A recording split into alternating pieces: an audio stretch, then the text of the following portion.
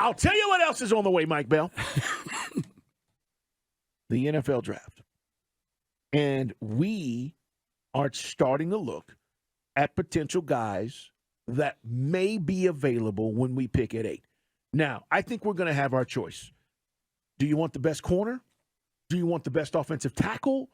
What is it that you're looking for? Because at 8, again, all the edge rushers are not gone because there will be quarterbacks taken in this draft early. You'll have a chance, Mike, to maybe get the best player at his position depending on how these guys grade out. And, guys, remember, when you're talking about the draft, this is going to come after your free agency has been wrapped up. And you could argue that you may feel you can get a good defensive tackle in free agency, and as opposed to, and I think I got to be honest with you, if you give me the option of taking and giving Caleb McGarry a big contract, I would much rather get somebody like SquidBilly wrote about today, Peter Skoronski, big tackle from Northwestern. Skoronski! First off, he's got a great tackle name, Skoronski. He'd go next to Lindstrom, who's great from Boston College, and this is the fifth-year option we're going into with 23 on Lindstrom, by the way. But I just felt if you've got to say they're going to extend him, don't you think? Lindstrom for sure. I'm just talking about McGarry. Oh, Lindstrom, gotcha. Lindstrom for 100% sure. But in the case of McGarry, if I got to say, yeah, he's a good run blocker, man, but the thing is, it's not a great tackle class as far as right or left. I mean, it's just the dude from the 49ers kind of is a better version of what you're getting from Caleb McGarry. So I like the idea. It wouldn't be sexy. No fans would enjoy it. People would be going, oh. But if you went and got a dude named Peter Skoronski from Northwestern as a tackle at 8, that's the kind of decision. Guess who makes these decisions? Oh, that's right, the Chiefs and the Eagles. So that's why they just played the Super Bowl.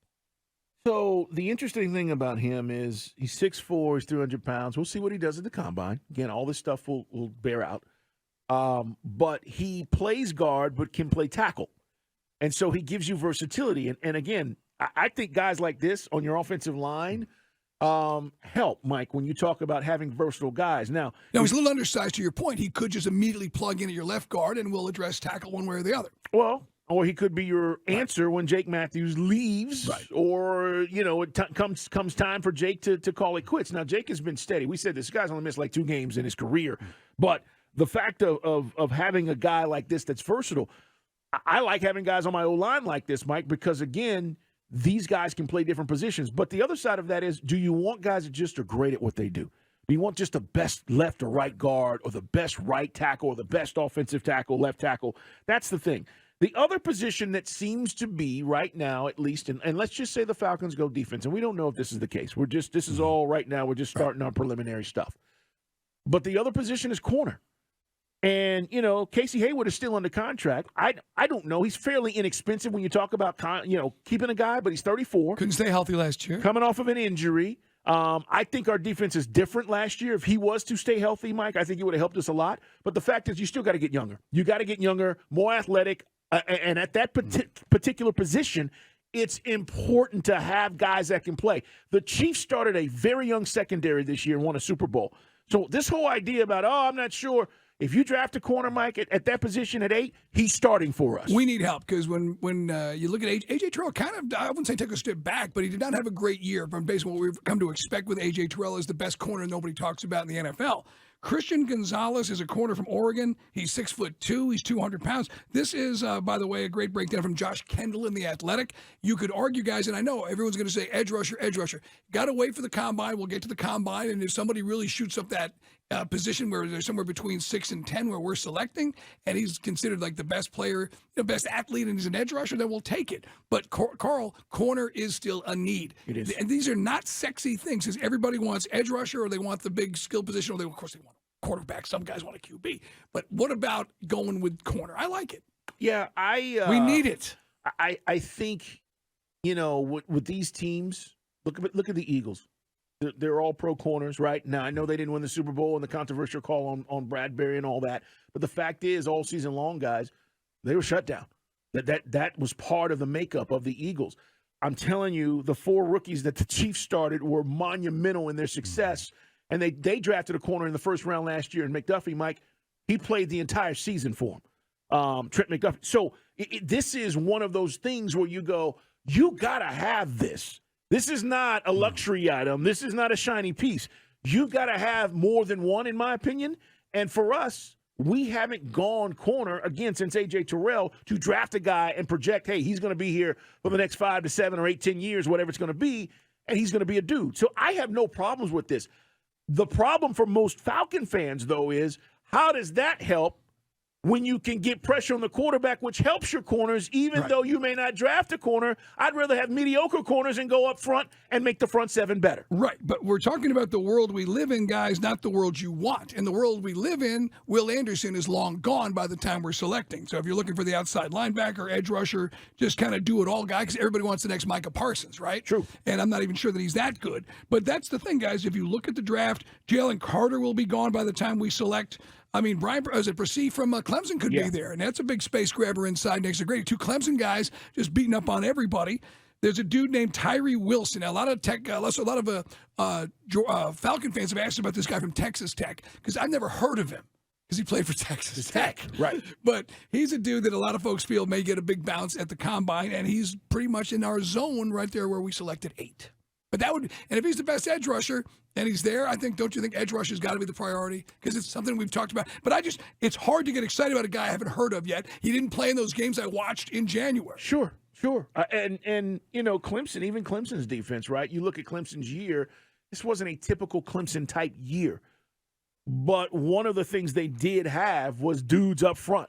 They still had athletes like the D tackle you're talking about, and is a big boy, 6'5", 6'6", 3+.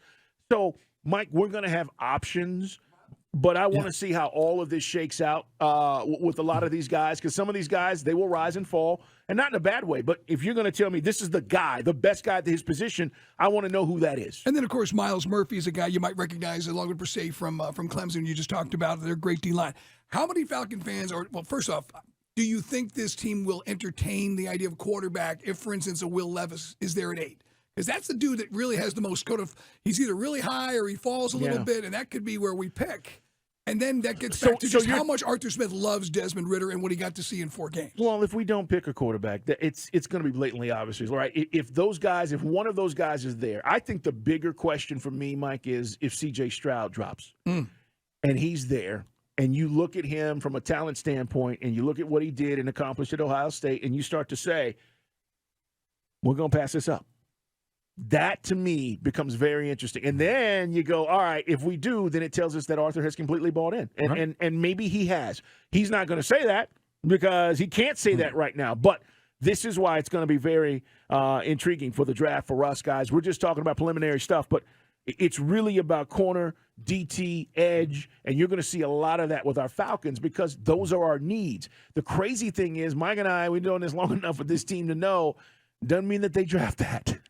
We've said for years, we got to go. And they go something completely different. And you go, what the hell are we doing? Right. And it's part of the plan for whatever reason that they try to put together that this is how we're going to go about it. So just because you see all these things doesn't mean they're going to go that way.